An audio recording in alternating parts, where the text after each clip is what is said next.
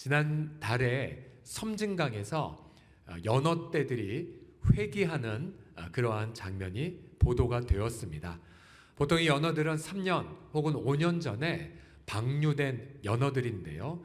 이 연어들이 저기 알래스카 앞바다까지 갔다가 이른바 회귀 본능이라고 하죠.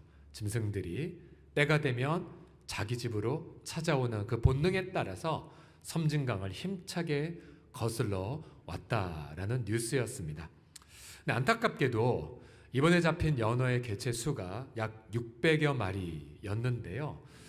원래 방류했던 양과 비교해 보면 불과 0.1%만 돌아왔다라고 할 수가 있습니다. 사실 우리가 지금 리딩저스 보충기관으로서 이제 선지서 여러분 읽고 계신데요. 소선지서 그러니까 12권, 히브리 사람들은 한 권으로 여겼는데요. 이 전체의 메시지가 바로 여호와께 회개하자, 여호와께 돌아오자, 이것이 바로 주제입니다. 호세아서 14장 1절 보시면 주제 말씀입니다. 전체 소선지서에 같이 읽겠습니다. 시작. 이스라엘아, 내 하나님 여호와께로 돌아오라. 네가 불의함으로 말미암아 엎드러졌기 때문에. 자, 하나님의 이스라엘 백성들 돌아올 것을 촉구하고 계십니다. 왜냐하면 하나님이 이스라엘 백성을 이집트에서 구원하셨지만 그러나 백성들은 하나님을 버리고 우상의 나라로 향했기 때문이죠. 하나님이 그들에게 젖과 꿀이 흐르는 땅을 주셨지만 그러나 그들은 그 땅을 온갖 불의와 탐욕으로 오염을 시켜버렸습니다. 하나님은 그들에게 계속해서 돌아올 것을 말씀하셨죠. 그래서 때로는 경제적 재난을, 또 각종 자연 재해를, 또 수많은 열방의 압제를 허용하셨죠. 그래서 이스라엘 백성의 재난 중에 깨닫고 여호와께로 회개하기를 간절히 기다리셨습니다. 여러분, 본래 인간에겐 영적 회귀 본능이 있습니다. 예를 들어 믿지 않는 분이라 할지라도 갑자기 힘든 일을 겪으면 무언가 초월적 존재를 다 찾죠.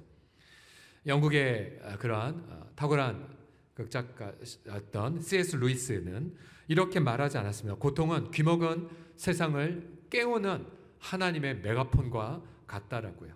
그런데 안타깝게도 앞서 수십만 마리의 연어가 방류되었음에도 불구하고 돌아온 영혼은 미미했던 것처럼 여러분, 그 당시 이스라엘 백성도 하나님께서 그렇게 돌아올 것을 말씀하셨지만 돌아오지 않았습니다. 돌아오지 않았어요. 오히려 여러분, 인간은요, 재난을 겪으면 하나님께로 얼른 돌아와야 되지만 그러나 많은 분들은 오히려 하나님이 없다라고 부정하고요, 자기 힘으로 재난을 해결하려고 했고 심지어 어떤 이들은 하나님을 비방합니다. 계시록 16장 11절을 보시게 되면 돌아올 것을 말씀하셨음에도 불구하고 사람들의 반응 보십시오. 하늘의 하나님을 비방했고요, 자신들의 행위를 회개하지 않았습니다. 멀리 갈 것 없이 나의 자신을 한번 살펴보십시오. 혹시 나도 어떤 시련을 겪었을 때에 첫 번째의 여러분의 생각은 무엇입니까? 또 생각도 못한 재난을 만났을 때에 여러분의 첫 번째 반응은 무엇입니까? 만약 첫 생각, 첫 반응이 하나님께로 바짝 엎드려 아버지 저 여기 있습니다 라고 말한다면 주님이 기뻐하시겠지만, 그러나 만약 첫 생각, 첫 반응이 사람을 찾고 때론 사람을 원망한다면, 그러면서 끊임없이 마음에 방황을 한다면, 또 어떤 이들은요, 이른바 자기 의에 사로잡혀서 내가 그때 이렇게 했었더라면, 혹은 내가 그때 그렇게 하지 않았었더라면, 그래서 지나치게 나 속에 내 생각에 빠져서 하나님 앞에 돌아오지 않는 경우도 아주 많이 있습니다. 자, 이런 분들의 특징은 쉽게 과거에 매여 있다 보니까 하나님이 그렇게 너 오면 해결해 줄게 오라니까 그 음성도 들리지 않습니다. 결국 또 다른 말로 말하면 내가 무언가를 해결하려는 그런 몸짓인 거죠. 여러분, 과연 왜 재난을 겪고도 주님께로 돌아오지 않는가? 자, 이 질문에 대해 우리가 두 가지로 함께 살펴보고, 우리에게 얼마 안 남은 올해 연말, 딱 13일 남았는데, 오늘 13일 남은 기간 동안 저는 주님의 이름으로 축복합니다. 우리 공동체가 여호와께로 돌아오는 그런 귀한 공동체, 또 성도들 다 되기를 주의 이름으로 간절히 축원합니다. 자, 그러면 원인이 무엇인가를 함께 살펴보아야겠죠. 왜 재난을 겪어도 하나님께로 돌아오지 않느냐면 두 가지를 일단은 진단합니다. 우선 첫 번째는 마음인데요. 바로 교만과 음란의 마음 때문에 하나님께로 돌아오지 않습니다. 오늘 본문의 2절과 3절 보시면, 너는 말씀을 가지고 여호와께로 돌아와서 이르기를 모든 불의를 제거하시고 선한 바를 받으소서. 우리가 소송아지를 대신하여 입술의 열매를 주께 드리리이다. 우리가 아수르의 구원을 의지하지 아니하며 말을 타지 아니하며 다시는 우리의 손으로 만든 것을 향하여 너희는 우리의 신이라 하지 않겠습니다 라고 그렇게 기대를 합니다. 자, 힘든 일 있었을 때 왜 안 돌아왔냐? 보세요. 믿을 구석이 있었기 때문이었어요. 그 당시 이스라엘 백성들은 아수르라고 하는 이스라엘 북쪽에는 거대한 제국을 의지하려고 했습니다. 그리고 뭔가 재난이 겪거나 전쟁이 있을 때에 하나님께 오기보다는 이게 무엇입니까? 인간적 전략, 인간적 물질을 의지하고자 했었던 거죠. 그리고 직접 손으로 만든 우상에게 절하며 나를 제발 구원해달라고 말했다는 것입니다. 자, 좀 더 자세하게 호세아서를 보게 되면 두 가지의 마음을 지적하셨는데, 하나는 교만이고 또 하나는 음란 때문에 하나님께로 돌아오지 않습니다. 먼저 교만의 부분을 보시면, 자, 호세아서 13장 한 장 넘어오셔서 5절과 6절 같이 읽어보겠습니다. 시작. 내가 광야 마른 땅에서 너를 알았거늘 그들이 먹여준 대로 배가 불렀고 배가 부르니 그들의 마음이 교만하여 이로 말미암아 나를 잊어버렸구나. 자, 마음이 교만할 때 하나님을 어떻게 해요? 잊어버립니다. 이 교만의 내용이 무엇입니까? 자, 분명히 하나님이 광야에서 일용할 만나를 주셨고 하루 쉴 안식일로 주셨고 또 반석을 갈라 샘물로 마시게 하셨고 또한 요단강을 건너 약속의 땅을 선물로 주셨죠. 그리고 그들로 먹고 배부르게 하셨습니다. 그러나 인간의 교만은 무엇이라고 말합니까? 내가 잘나서 이렇게 배부른 거지, 내 힘으로 된 것이지, 내가 잘 섬겼기 때문이지. 바로 이 교만의 마음. 여러분, 이 교만의 마음이 깨지지 않는 한 하나님을 기억할 수가 없습니다. 여러분, 교만한 마음의 그래서 특징은 끊임없이 내가로 하기 때문에, 그래서 어떤 힘든 일이 있을 때마다 결국 내가 어떻게 해야 되지? 또 반대로 나 대신에 내 남편이 혹은 어떤 사람이, 그래서 끊임없이 사람에 대한 원망과 비판과 판단으로 이어지게 됩니다. 교만한 분들은 그래서 무릎 꿇고 주님의 음성을 들으려 하지 않습니다. 그리고 성경을 보지도 않습니다. 또한 성경을 읽는다 할지라도 들리지도 않습니다. 또 남들의 예배 시간에 응답을 받는데 끊임없이 자신의 생각으로 하나님의 음성을 쳐내기 때문에, 혹은 자신의 상처로 하나님의 위로의 말씀을 듣지 않기 때문에 결국 계속해서 악순환으로 빠지게 되는 거죠. 제가 신학과 학부 다닐 때에 제 선배들이 이런 말을 했어요. 경철아, 너 목이 곧으면 하나님이 꺾어버리신다? 라는 말. 저는 그 말 듣고 싶지 않았었어요. 기분이 나빴죠. 하지만 지나가 보면서 깎이고 맞고 매맞고 부서지고 광야로 가고 앞에서 욕먹고 뒤통수 맞고 너덜너덜해지고 바보가 되고 나서야 조금 알겠더라고요. 아, 내가 정말 교만했구나. 지금도 여전히 교만의 마음이 많지만 제 생각, 제 감정, 제 판단으로 다 쳐내버리는 부분들, 심지어 하나님도. 그래서 그런 교만의 정의가 바로 하나님의 자리에 내가 앉아 있는 것 아닙니까? 혹시 여러분 그 마음 때문에 교만의 마음이 있다면 빨리 포기하셔야 됩니다. 그래야 신상에 좋습니다. 하나님은 당신의 사랑하는 자를 징계하시거든요. 형벌이 아니라 바로 사람 만들기 위한 매를 그렇게 가하실 때에 너는 주 앞에서 낮추라. 그래야만 하나님이 우리를 높여 주실 것입니다. 겸손을 회복하는 저와 여러분 되기를 축복합니다. 또 한 가지 마음을 호세아서는 지적합니다. 자, 5장으로 오셔서 5장 4절과 5절을 보시면 그들의 행위가 그들로 자기 하나님에게 돌아가지 못하게 하나니 이는 음란한 마음이 그 속에 있어. 그 음란 때문에 여호와를 어떻게 해요? 알지 못하는 까닭이라. 이스라엘의 교만이 그 얼굴에 드러났나니. 자, 교만의 또 다른 표현은 음란입니다. 음란은 어떤 의미냐면요, 하나님만으로 만족하지 않는 거예요. 그리고는 무언가 은밀한 우상을 세우는 것, 이게 바로 음란입니다. 교만과 비슷한 뿌리를 갖고 있죠. 자, 물론 여러분들 집에 무슨 신상이 있겠습니까? 많은 보이지 않는 신상, 보이지 않는 우상들을 많이 갖고 있다고 성경은 경고하죠. 자녀들아, 너희 마음을 지켜 우상에서 멀리하라고 성경은 말하고 있습니다. 가령 예를 들어 많은 남성들이 취약하게 갖고 있는 우상 중에 하나 무엇이냐면 인정에 대한 욕구입니다. 칭찬에 대한 욕구. 그래서 누군가 인정해주면 자기 목숨을, 그러나 무언가 인정받지 않으면 삶이 불행한 것처럼 빠지는 분들, 인정에 대한 우상이 다 있는 거예요. 또한 비교적 많은 자매들이 자녀의 잘됨에 자신의 전부를 겁니다. 진학이나 입시에 따라서 분명 자녀 기도 제목인데 보면 엄마 기도 제목과처럼 느껴질 때가 얼마나 많은지요.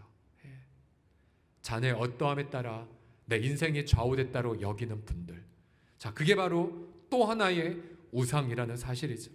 성공, 또 어떤 과대한 일의 성취, 또 과도한 어떤 봉사, 또 탐욕, 심지어 우리 대한민국 전체는 부동산이라고 하는 집단적 우상에 매몰되어 있지 않습니까?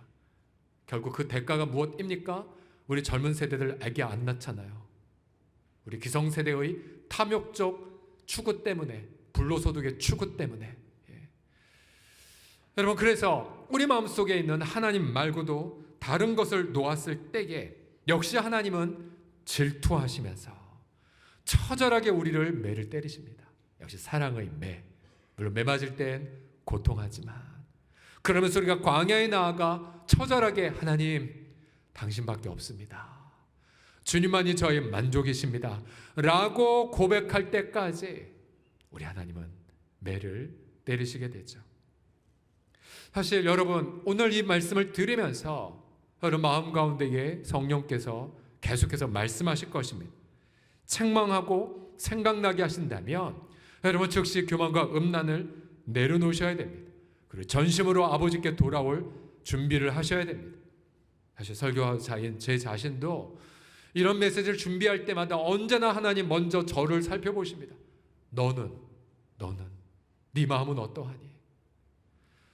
제 자신의 마음이 준비되기 전까지는 어떨 땐 설교 원고에 줄 하나도 써내려갈 수 없습니다. 왜요? 제가 먼저 누리지 못하는데 이 말을 전하면 거짓말쟁이가 되기 때문에 한참 동안 주 앞에 매달리고 몸부림치면서 아버지, 제 마음도 살펴주십시오. 제 마음은 어떻습니까? 제 마음은. 근데 그때에 주님이 생각나게 해주시는 제 마음엔 바로 30여 년 전 처음 예수님 만났을 때의 그 마음이었었어요. 아무것도 몰랐던, 절에 다녔던 그런 키 컸던 친구, 고등학교 그 여름 수련회에 가서 이 음성을 처음 들었죠. 하나님의 세상을 이처럼 사랑하사 독생자를 주셨으니 이는 저를 믿는 자마다 멸망하지 않고 영생을 얻게 하심이라. 엉엉 울면서 저 말씀 붙잡고 예수님 영접했던 그 마음, 또한 하나님이 살아계시지 않은 것이 아니라 이사야서 59장의 말씀처럼 죄가 하나님과 너 사이를 가리워서 너의 기도를 듣지 않은 것, 가장 큰 우상은 하나님 믿지 않는 거다는 그 말씀.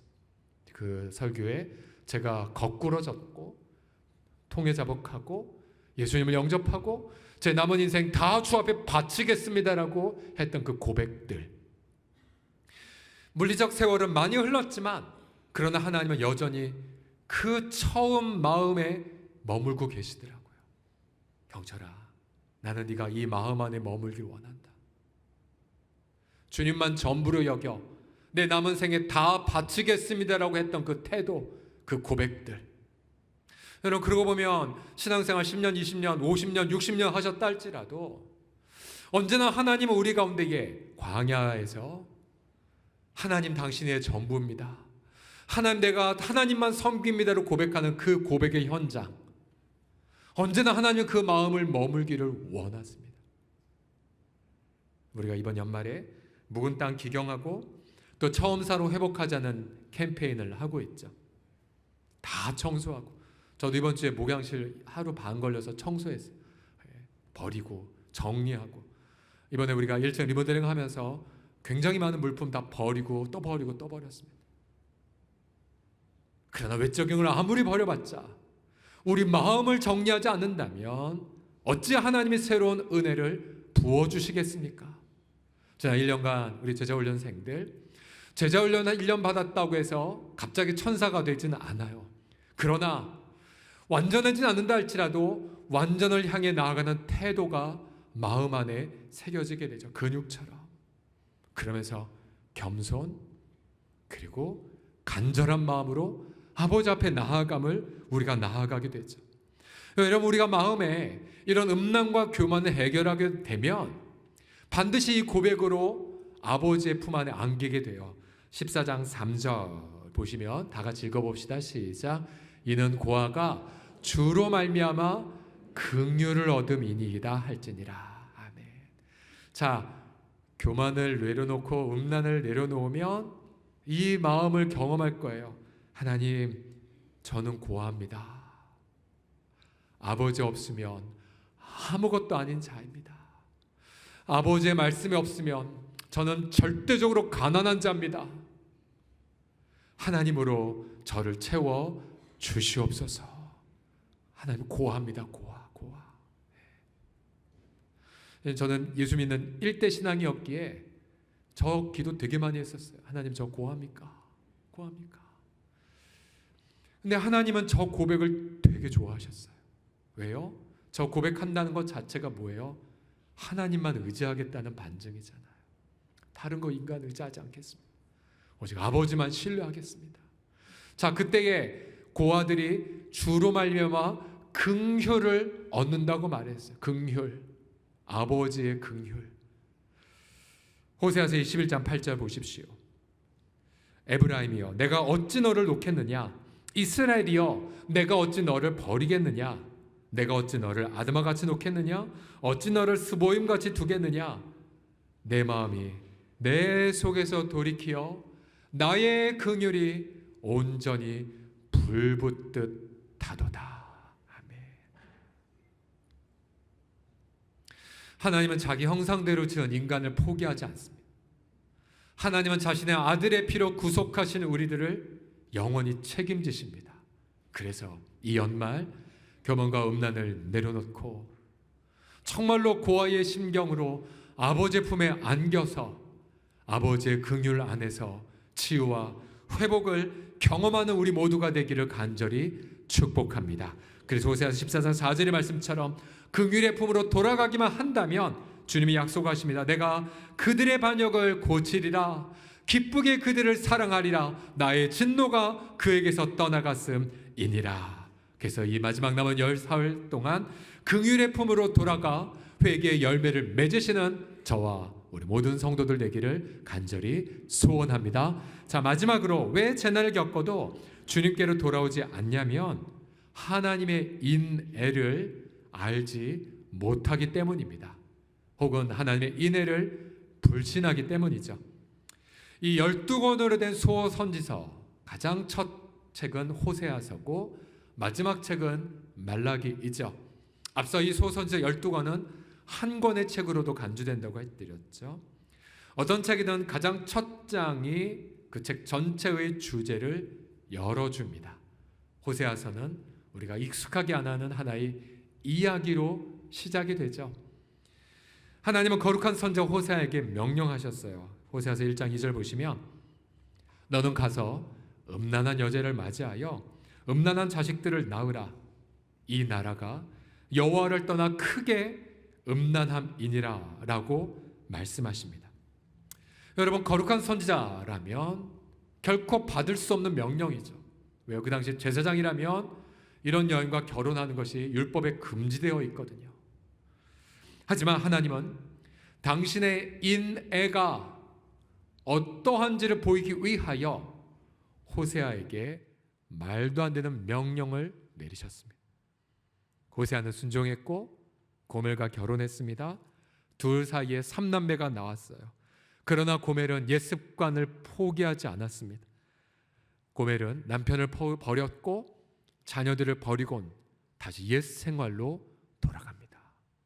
율법엔 이런 여인을 사형을 시켰지만 그러나 하나님은 더 말도 안 되는 명령을 인애를 보이기 위하여 호세아에게 주십니다. 호세아서 3장 1절을 보십시오. 여호와께서 내게 이르시되 이스라엘 자손이 다른 신을 섬기고 건포도 과자를 즐길지라도 여호와가 그들을 어떻게 해요? 사랑하나니. 우리는 이 사랑 이해할 수 없습니다.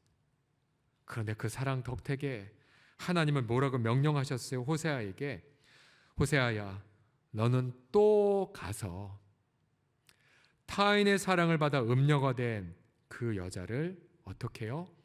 사랑해다오. 14세기에 있는 프랑스의 한 그림에 보면 호세아가 고멜을 간절하게 품는 모습. 그런데 고멜의 표정은 쉬운 표정이 아니었습니다. 왜요?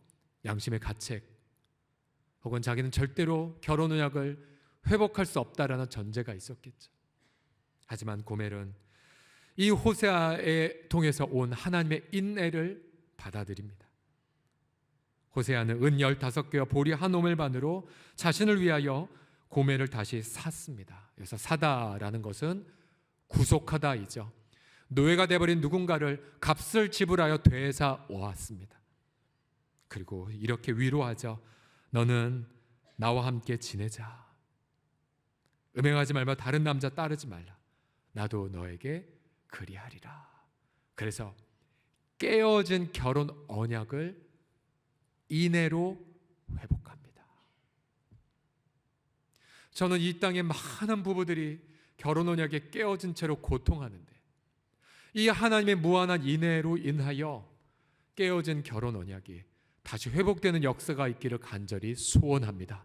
또 부부관계에 어려움이 있다 할지라도 이 하나님의 인애로 근거하여 다시 온전하게 회복되는 은혜를 누리기를 소망합니다.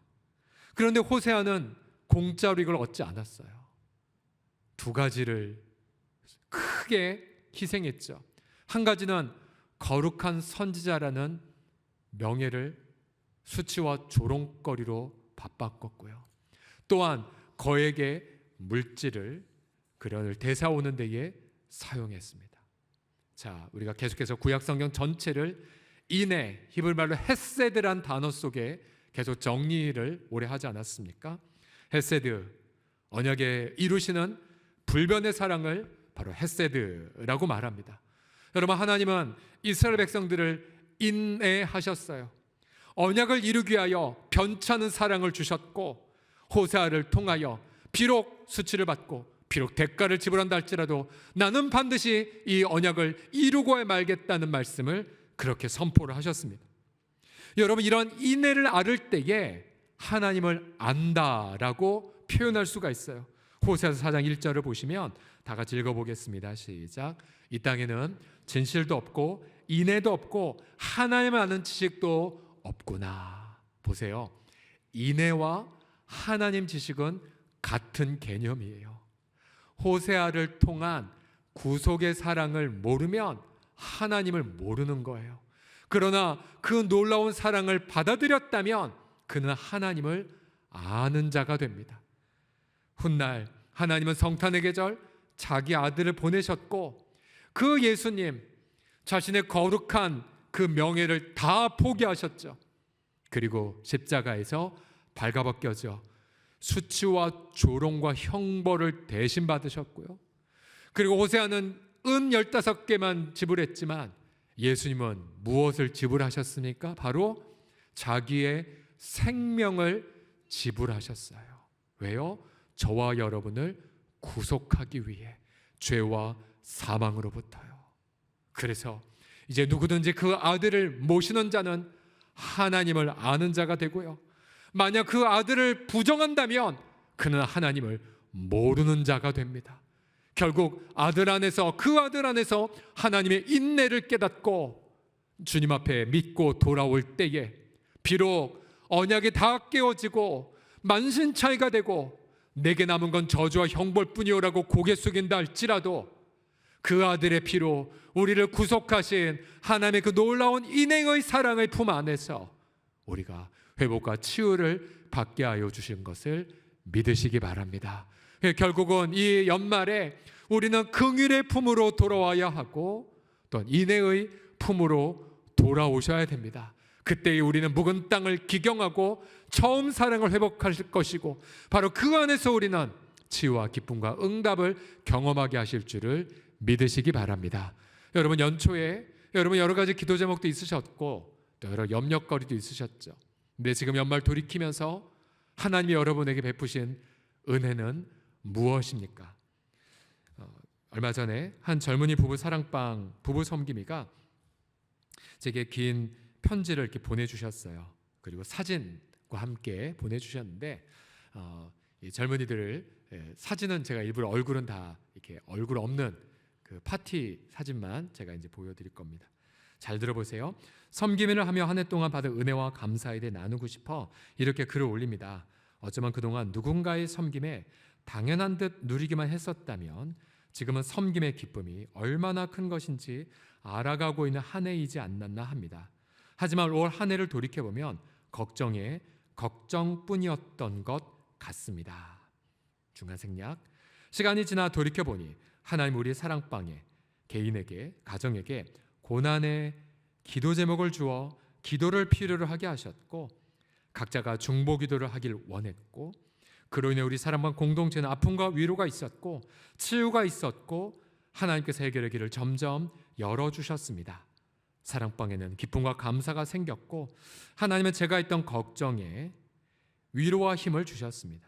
한 해 동안의 많은 기도 제목 가운데에 이루어진 것에서는 감사의 기도를, 아직 응답받지 못한 기도 제목이 있다면 실망과 원망보단 기각해 주신 내 기도에 감사하다고, 기각해 주신 내 기도에 감사하다고, 그 때문에 오히려 복이 되어 지금의 내가 있을 수 있겠다는 믿음을 가는 우리들 되고 하나님의 때에 반드시 응답해 주실 그 기도 제목을 위해 기도가 멈추지 않는 사랑방이 되도록 해야겠다는 생각이 됩니다.